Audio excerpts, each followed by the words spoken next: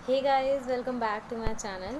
तो आज मैं आपको बताने वाली हूँ कि एक सिंपल पैंट की स्टिचिंग कैसे करते हैं। कटिंग की वीडियो मैं पहले अपलोड कर चुकी हूँ। अगर आपने नहीं देखी है तो उसका लिंक मैं नीचे डिस्क्रिप्शन बॉक्स में मेंशन कर दूँगी, आप वहाँ से जाके चेक कर लीजिएगा।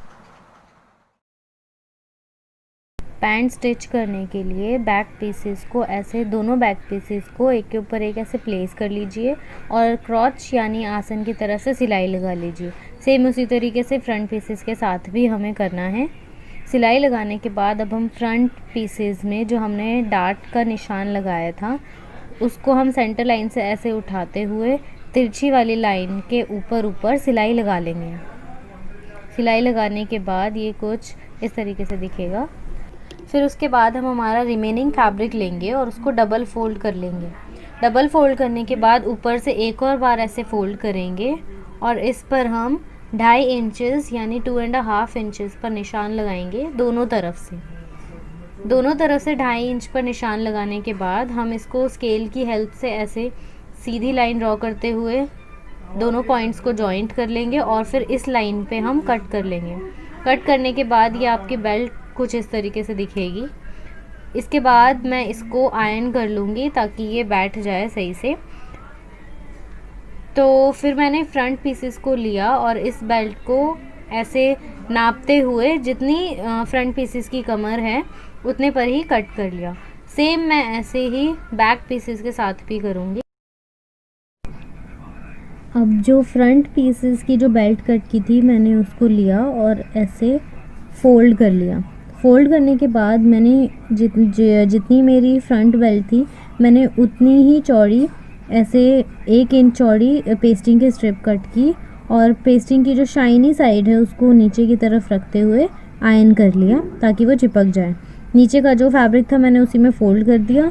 अब हमने क्या किया, जो फ्रंट पीसेस हमने स्टिच किए थे उनको लिया और उसकी जो बैक साइड है वो ऊपर की तरफ रखते हुए, उल्टी साइड को ऊपर की तरफ रखते हुए हम इससे बेल्ट को स्टिच करेंगे।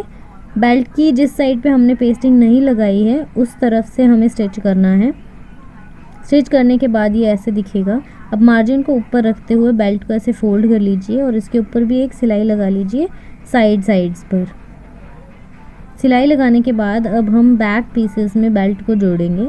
तो इसकी जो सीधी साइड है वो ऊपर रख लीजिए और फिर बेल्ट को कुछ इस तरीके से रखते हुए 1/2 इंच की दूरी पर सिलाई लगा लीजिए। सिलाई लगाने के बाद ये कुछ ऐसा दिखेगा।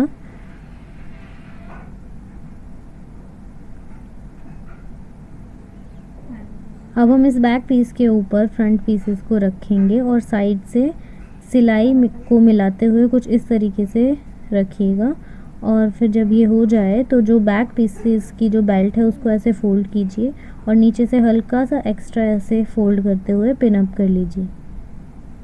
ऐसा हमें दोनों ही साइड्स पर करना है। दोनों ही साइड्स पर पिन लगाने के बाद हम इसको पहले सिलाई कर लेंगे जिससे कि ये अपनी जगह से हिले नहीं।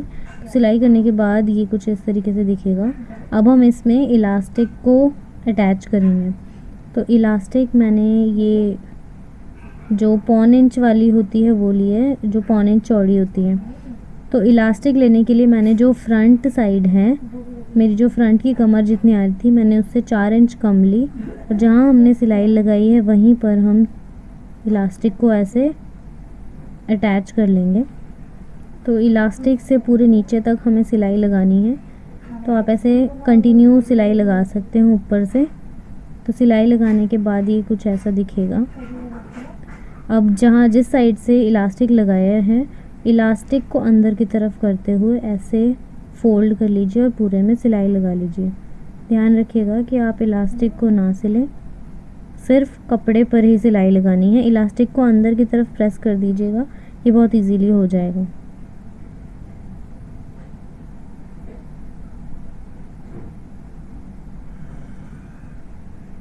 तो जो पूरे में सिलाई लग जाए तो इलास्टिक के बीच में सिलाई लगाना ना भूलें, नहीं तो इलास्टिक फिर वो मुड़ जाता है तो बहुत अजीब सा दिखता है। तो ऐसे आप बीच में रखते हुए इलास्टिक को जितना खींच सकते हैं उतना खींच लीजिए जितना वो हो खींच सकेगा और दोनों हाथों से ऐसे टाइटली खींचते हुए ऐसे सिलाई लगा लीजिए ये बहुत इजीली लग जाएगा। तो इलास्टिक लगाने के बाद ये कुछ ऐसा दिखेगा। अब हम इसके बॉटम्स को डिज़ाइन करेंगे। तो बॉटम के लिए हमने ये स्ट्रिप्स कट की थी, तो मैंने स्ट्रिप के अकॉर्डिंग ही 4 इंच चौड़ी पेस्टिंग की स्ट्रिप्स कट की हैं ऐसी। अब मैं इनको एक बार फोल्ड करूँगी, फिर एक बार और फोल्ड करूँगी, और इस पर मैं सेंटर से ऐसे हल्का सा गोल देते हुए ऐसे 2 सर्कल्स ड्रॉ करूँगी, हाफ सर्कल, और इसको कट कर लूँगी। कट करने के बाद ये कुछ ऐसा दिखेगा। अब मैं इसे आयरन से चिपका लूँगी। तो पेस्ट करने के बाद ये कुछ ऐसा दिखेगा। मैंने दोनों ही चिपका लिए हैं। अब पहले तो हमें इसके साइड्स पर सिलाई लगानी है, बट उससे पहले हम इसको ऐसे बॉटम पर रखते हुए जो हमने ये डिज़ाइन जो आप देख सकते हैं पेस्टिंग में, इसी पर हम साइड्स पर सिलाई लगाएंगे, बिल्कुल साइड्स पर। तो साइड पे सिलाई लगाने के बाद ये कुछ ऐसा दिखेगा। अब हम इस पे 1/2 इंच का मार्जिन छोड़ते हुए पूरी ये जो राउंड है इस डिज़ाइन पर हम कटिंग कर लेंगे दोनों बॉटम पर, और जो एक्स्ट्रा फैब्रिक है आप उसे भी कट कर लीजिएगा। फिर हम इस पे छोटे छोटे कट लगाएंगे। ध्यान रखिएगा कि आप सिलाई ना काट दें, आपको सिर्फ सिलाई से थोड़ी सी दूर ऐसे कट लगाने हैं। दोनों बॉटम पे कट लगाने के बाद अब हम इसको पलटेंगे। तो ऐसे पलट लीजिए और ये जो गोल गोल डिज़ाइन है ये अपने आप ही बाहर आ जाएगा ऐसे।